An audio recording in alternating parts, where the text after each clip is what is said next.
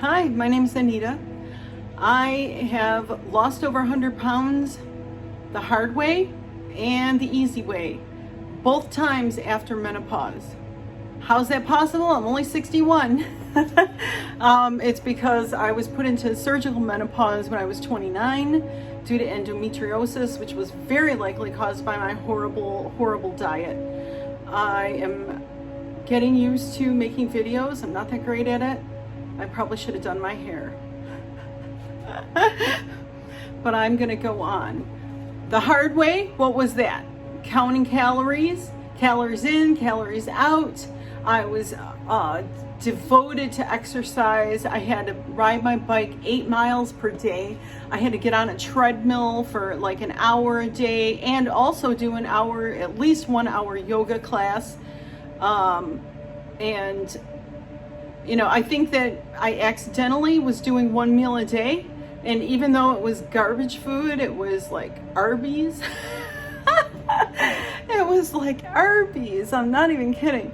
And I would only eat 1 meal a day, and I didn't even do it intentionally. I was just so busy exercising that I didn't get around to eating. So that is part of the easy way, but you don't have to do all that exercise. I don't even think it was good for me. I felt terrible. I was in pain constantly. I had joint pain and horrific, my back would go out and just awful pain. And I don't have any pain now, none whatsoever. I feel better at 61 than I did in my 20s, and I'm not even kidding a little bit. I don't have any joint pain. My back doesn't go out. I am on lazy kind of keto, and because I started with fasting, I first saw Dr. Jason Fung, and I read all his books. I read the obesity code, the diabetes code, the cancer code.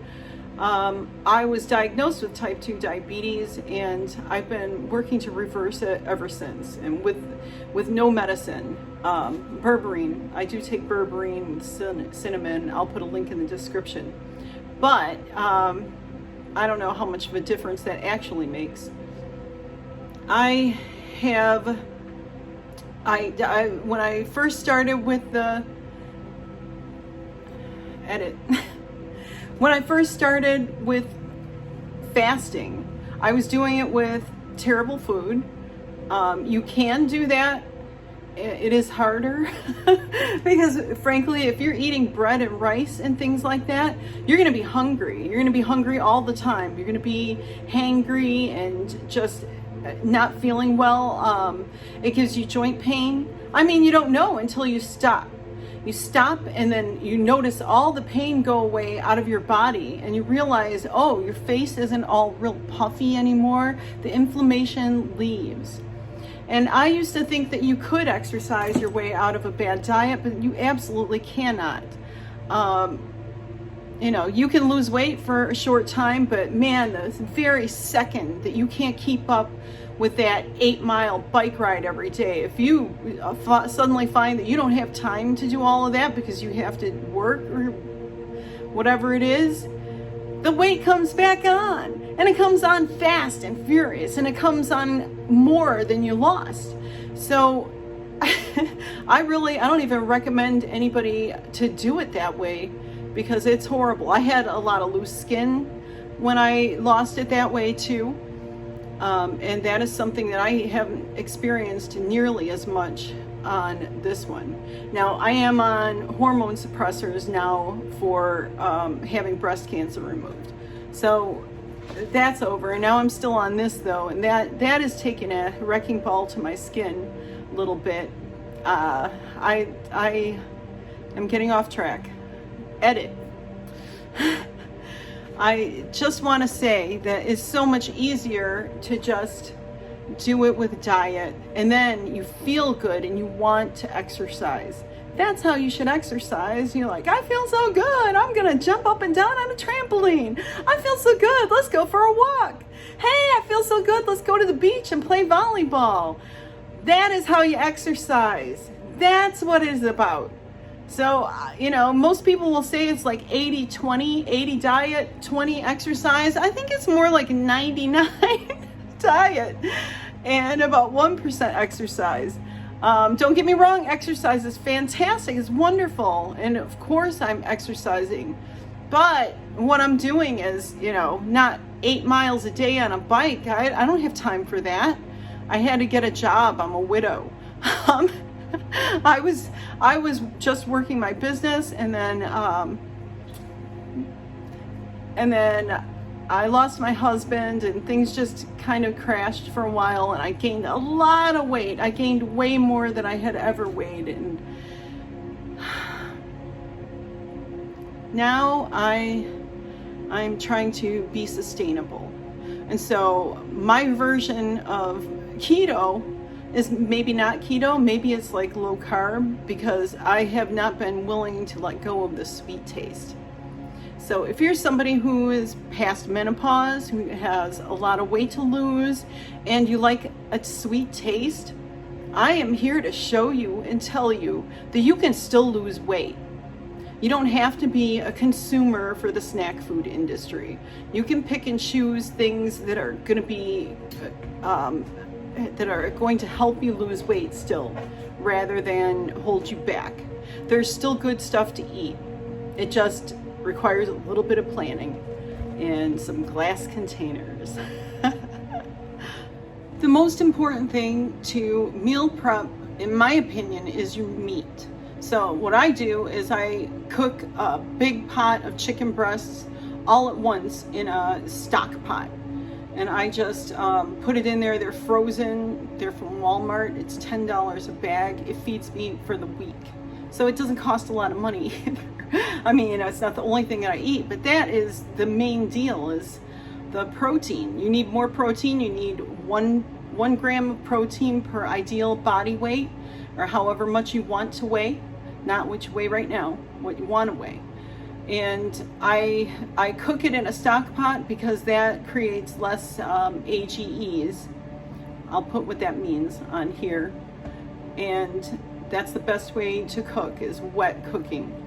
And then I just portion it out. I literally weigh it on a scale. Now I'm getting pretty good about eyeballing how much is 135 grams or whatever it is. And I put it in glass containers because you don't want to microwave with plastic. When I'm ready to eat, I take it out of the freezer and I dump frozen green beans on top. I buy these fine green beans from Walmart. They taste delicious. They're like fresh out of the garden, but they're frozen. I just dump it on top of the container, pop it in the microwave for 333, boom, on high, and then bring it out, put it on a plate, and pop it back in the microwave for 4 minutes. And it is all ready to eat, my chicken and green beans. And I pretty much eat that every day, chicken breast and green beans. And I have lost a lot of weight like that. Now, instead of having rice or potatoes or anything like that, I just double up the green beans. I eat more green beans. So I'm really, stacking those up. And then afterward, I found Dr. Bernstein's Diabetes Academy on YouTube. I read his book, The Diabetes Solution, and he recommended Jello that is already made, sugar-free Jello that is already made, doesn't contain maltodextrin somehow. Whereas if you buy the type that you make yourself, it's got maltodextrin in it. So you have to learn all these new words for sugar. That is one of them, maltodextrin. I use a CGM, a Freestyle Libre 3, so that I know whenever my blood sugar spikes, there's also an insulin spike coming right after that.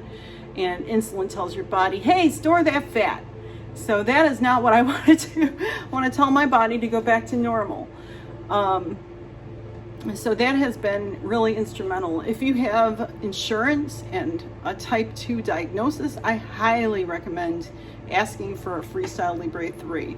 It's wonderful. You don't have to scan your arm anymore. You open up the app and you know what your blood sugar is. You can alternatively poke your finger, obviously, and get a Keto Mojo or any kind of glucometer and do it that way. That's probably more accurate and better for you, but I want to know exactly what's happening with my blood sugar all the time. So not all the time. I look at it probably 25 times a day, which sounds like more than it really is. It's just, glancing, just making sure. And if I eat something and I have a bad reaction to it, like bananas, then all of a sudden I know, oh yeah, maybe I shouldn't be eating bananas. Not that often. I like bananas. My dog likes bananas. But that's going to have to be a really rare treat for either one of us.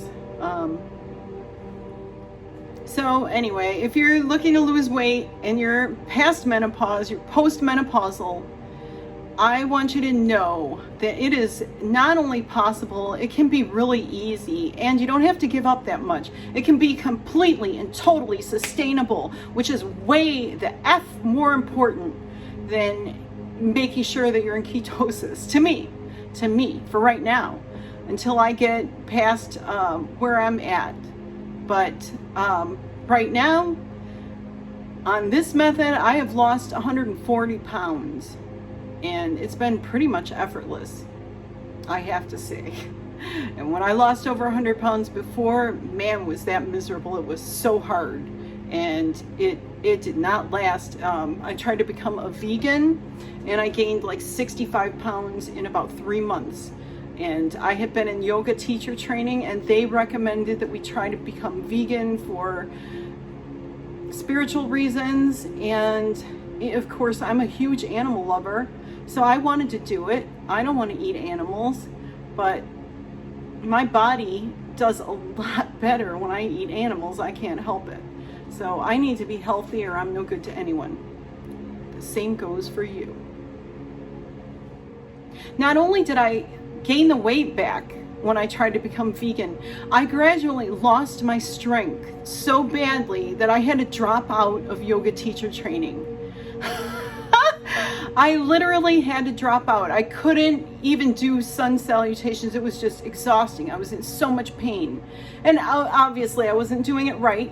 So if you're doing vegan right, that's completely different. Me, I didn't have any time. I had a business and I had to go to yoga teacher training and I had all these things. I was eating products which, probably were filled with sugar and fructose and stuff. Now that I know, I have to read labels. But, that was awful. Am I at my goal weight? No. Nope. I still have probably another 50 pounds to lose. And that's okay. I'm fine with it. And I'm not trying to accelerate it. I don't want anything to dissuade me off this path. I want to stay focused and just keep gradually losing weight. It has taken me about 2.5 years to lose 140 pounds. However, what was I going to do? If I didn't make any changes, I was going to keep gaining weight. I was going to get sicker. I was going to have diabetes complications. If you know somebody who's struggling with this, go ahead and share the video. And I'll keep pointing you to other people, but I don't want you to think that you have to be as strict as they are to lose weight. You don't. You don't have to be that strict. It is ideal, okay, but I can't eat sardines. I'm allergic to fish. I really don't like to eat meat. As I mentioned, I was really happy trying to be a vegan, but it made me very sick and very fat, very fast.